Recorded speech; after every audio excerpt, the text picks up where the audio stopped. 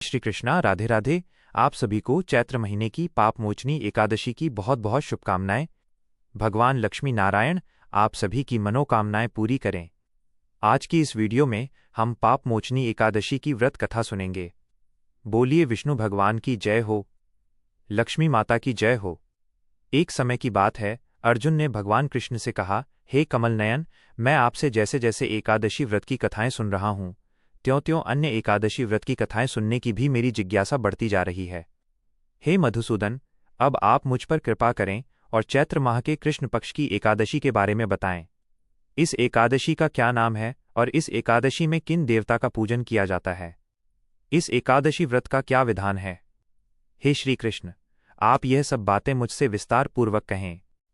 तब भगवान कृष्ण ने कहा, हे अर्जुन, एक बार यही प्रश्न पृथ्वीपति मानधाता ने लोमस ऋषि से किया था।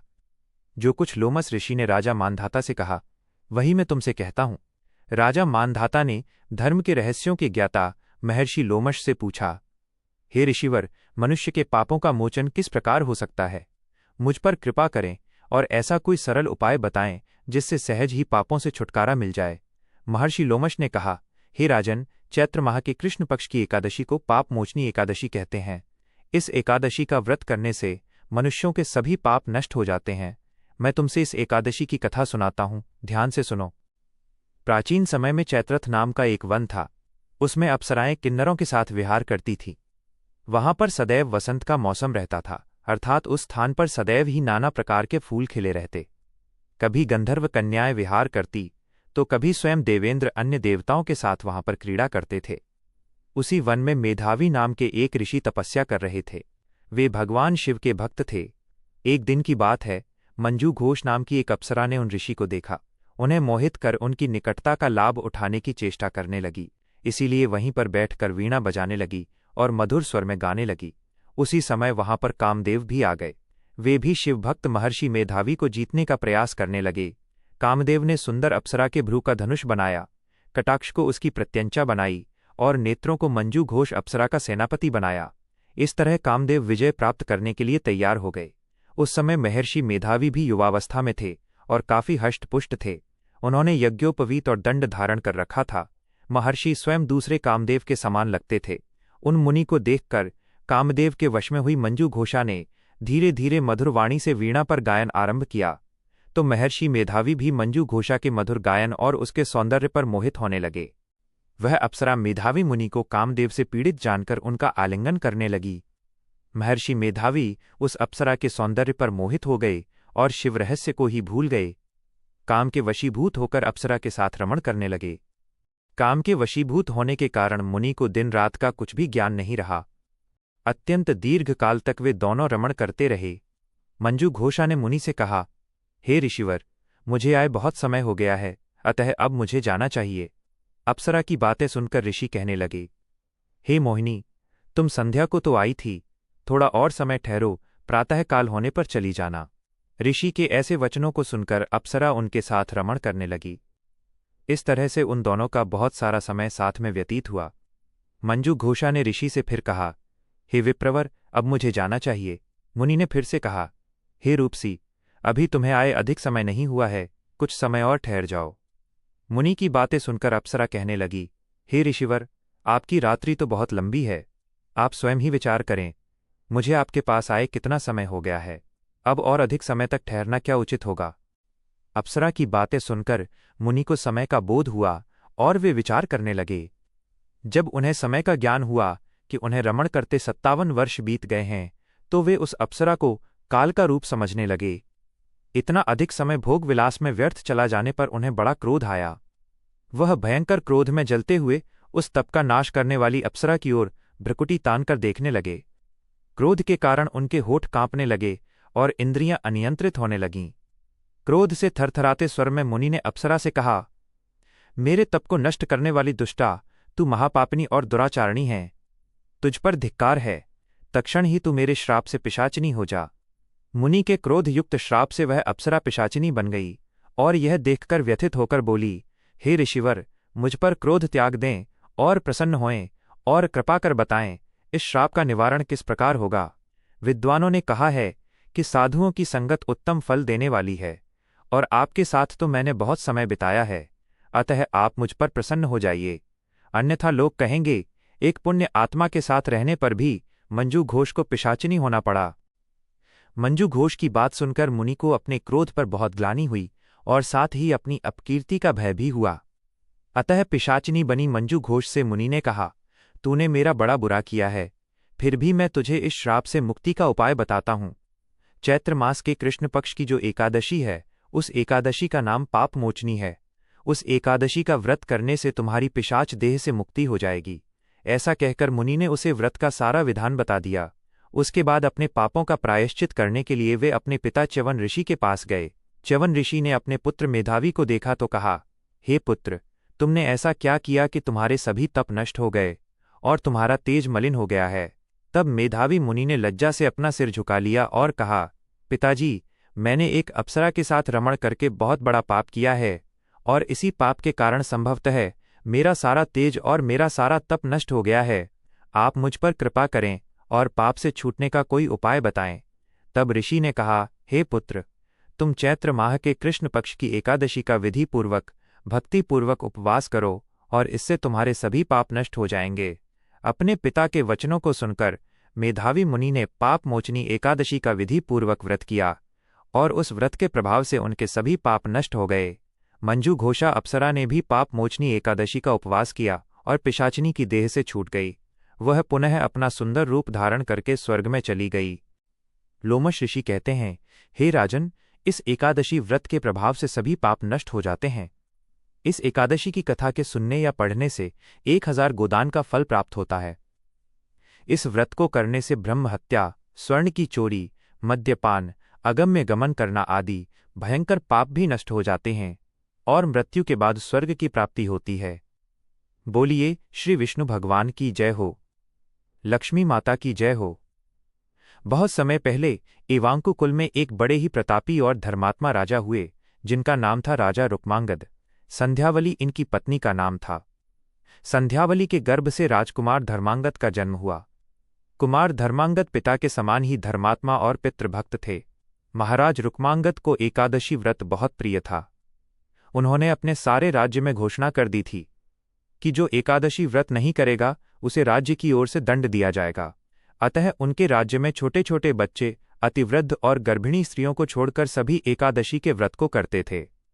एकादशी व्रत के प्रभाव से उनके राज्य में कोई भी यमपुरी को नहीं जाता था।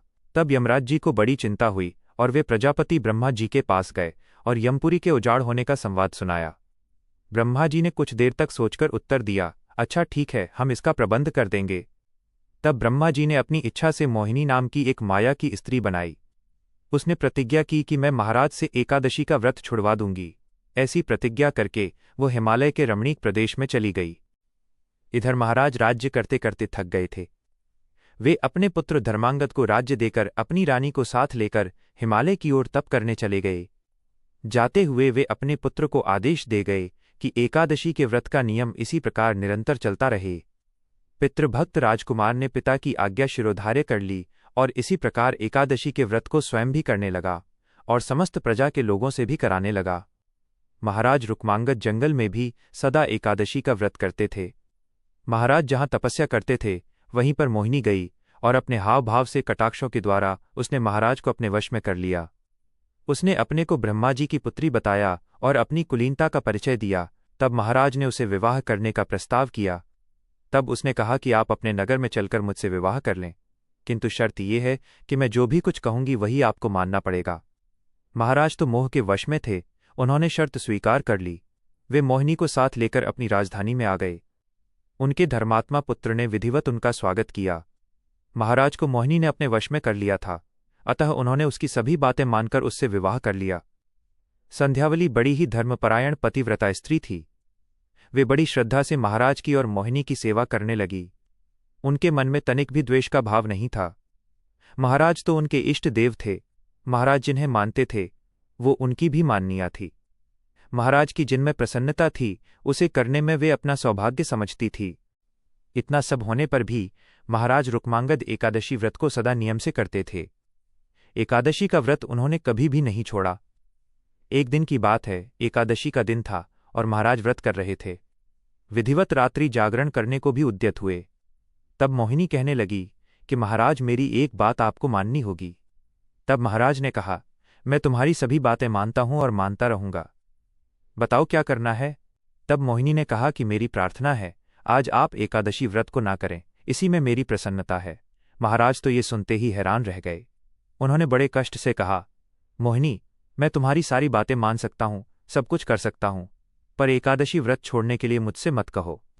एकादशी व्रत छोड़ना मेरे लिए तो जैसे असंभव है।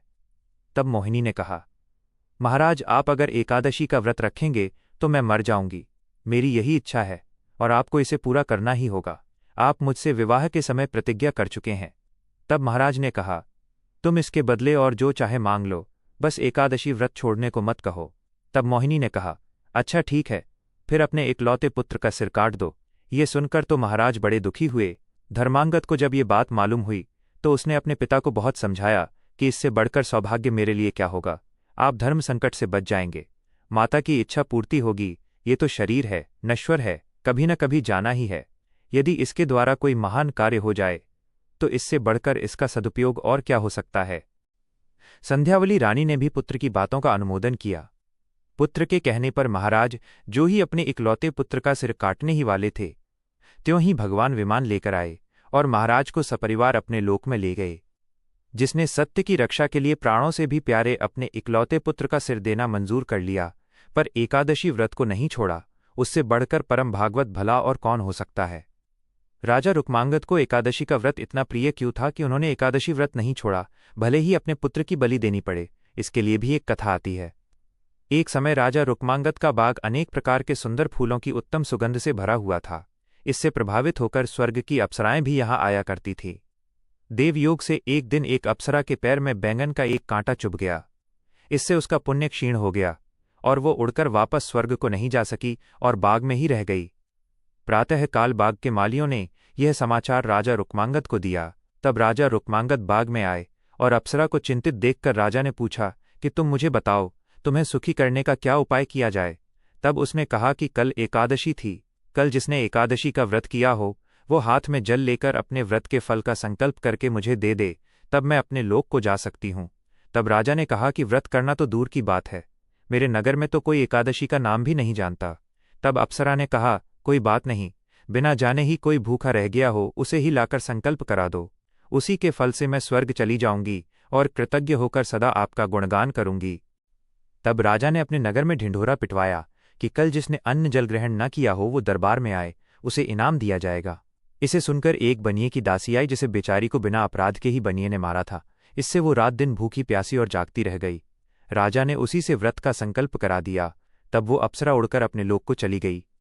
एकादशी व्रत की ऐसी अपार महिमा को देखकर राजा ने सोचा और ये घोषणा करा दी कि मेरे राज्य में सभी को एकादशी का व्रत करना चाहिए।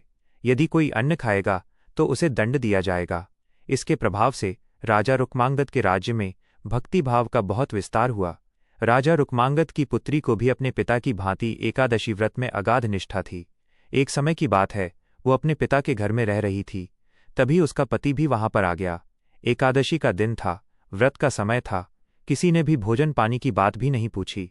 तब उसे भूख ने बहुत सताया। व्याकुल होकर वो अपनी पत्नी से भोजन मांगने लगा। एकादशी व्रत होने के कारण उसने कहा कि आज हमारे राज्य में कोई भी खाना नहीं खाता है। तब उसके पति ने कहा, लेकिन मुझसे तो भूख प्यास नहीं सही जाती, मैं थोड़ी देर में मर जाऊंगा।